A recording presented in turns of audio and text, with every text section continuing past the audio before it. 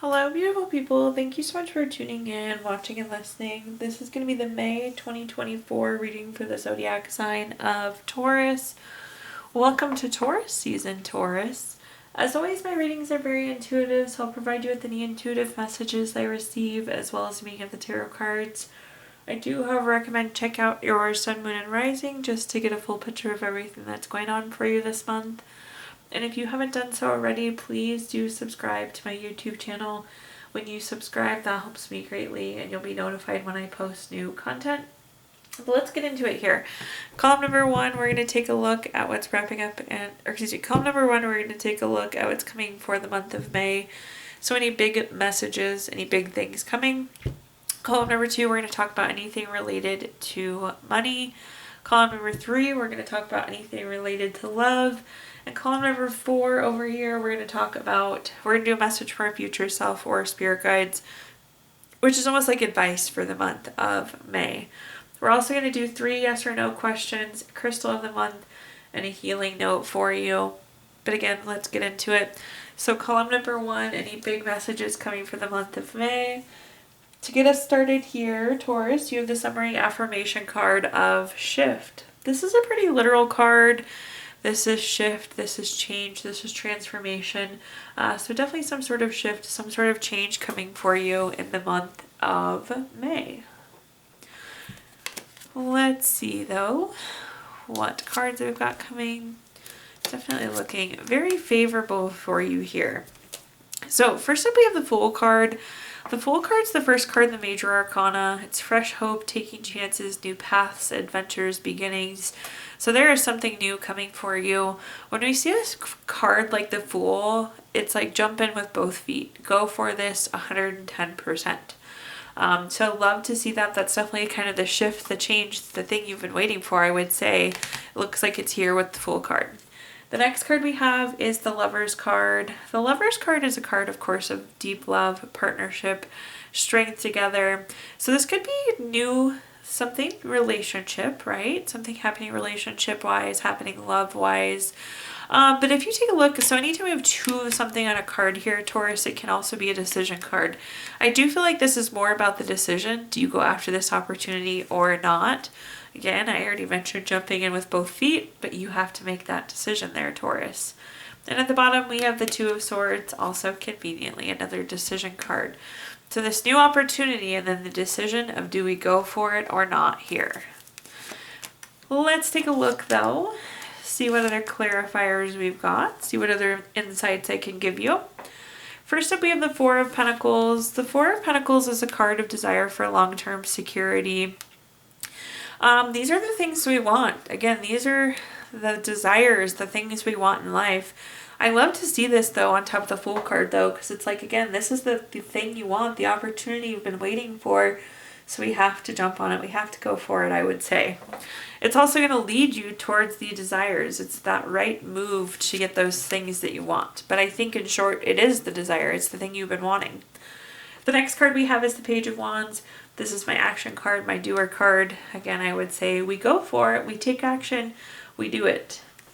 And last but not least, we have the King of Pentacles. The King of Pentacles is very solid, practical wise. I see you being very thoughtful, very careful, thinking this through as you should, really, anytime we make a decision.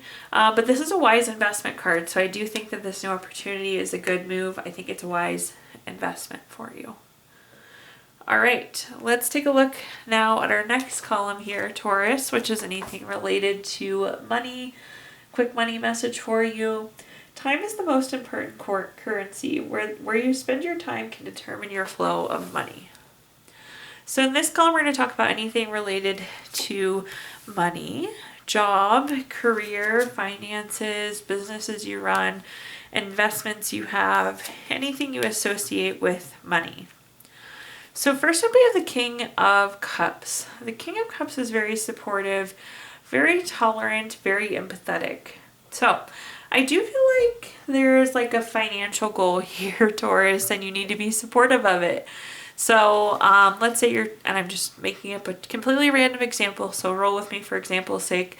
Let's say you want to buy a house. Well, we need to save money to buy that house. So we need to take action that supports this goal, right? So be thinking about supporting the goal, supporting the thing that you want here.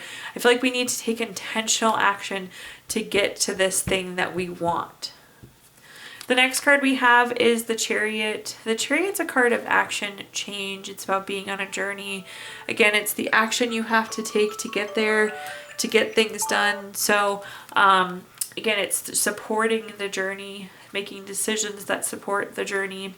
The Chariot can also be some like unknown, so you might not know all the details of this journey, and that's okay. Again, we just need to be taking action that supports where we're headed in the long term.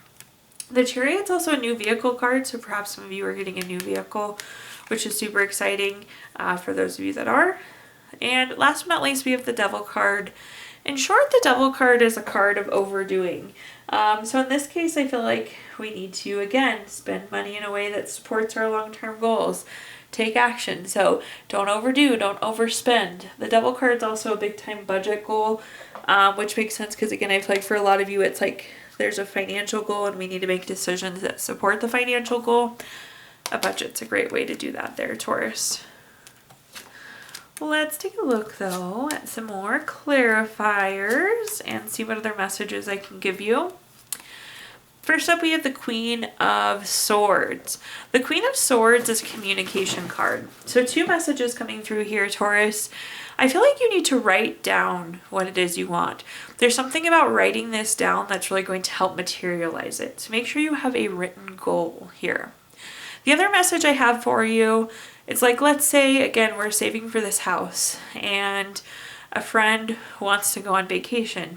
I think it's okay to say, I can't go right now, I'm saving this. I'm saving money for this XYZ. So again, it's like verbalizing. We're writing it down. We're speaking it into existence through communication here. The next card we have is the Emperor. The Emperor is a card. This is very strategic. So this is being very intentional, doing actions that support it. But we're also thinking long term here. We're thinking big picture, which I like to see. This is also like respect. We need to respect the goal. Again, that's, I think, going back to making decisions, taking action that support where we're headed. Last but not least, we have the Hierophant. The Hierophant's very traditional, very conventional. Again, I feel like we'll thrive with this budget, with rules in place, structure, boundaries for ourselves. This is also like expectations, so having expectations for ourselves, like a spending expectation, a saving expectation, ties all very nicely into what we were talking about with the budget there, Taurus. All right, let's move on to our next column, which is anything related to love. So love, quick love message here for you. It says forgiveness. Stop focusing your energy on past events, for life is too precious to waste. You create your reality by what you think, dream, and imagine. So in this call, we're going to talk about anything related to love, family, friends, relationship, children, marriage, whatever you associate with love here, Taurus. So first and foremost, we have the Six of Swords. The Six of Swords is about going through some sort of necessary change, some sort of shift, transition. Sorry, I couldn't think of what other words I wanted to say here. I guess change is in short the word. I feel like we're going through some sort of change here, Taurus, as it relates to love. Some of you could be physically moving or relocating as well. There's some moving type energy, but there's definitely some sort of change coming here. I think you're driving this change though. So if we take a look at our next card, we have the Nine of Wands. This is boundaries, and I feel like you're making the change, putting in boundaries, putting in structure around this relationship. But I like this. It's like the change is the boundaries, but I feel like you need the boundaries. So I like to see this, Taurus. At the bottom, we have the Emperor. We talked about this a little bit earlier. This is a respect card, though, and I feel like you're not getting the respect that you need. And in order for this relationship to be happy, healthy, successful, long-term, we need these boundaries. So that's the change you're making. You're putting in new boundaries. You're holding your ground. You're making sure you're getting the respect that you need. I like it. I like it a lot for you, Taurus. Now let's take a look at our clarifiers here. First up, we have the Nine of Swords. The Nine of Swords, I feel like this is you getting hurt.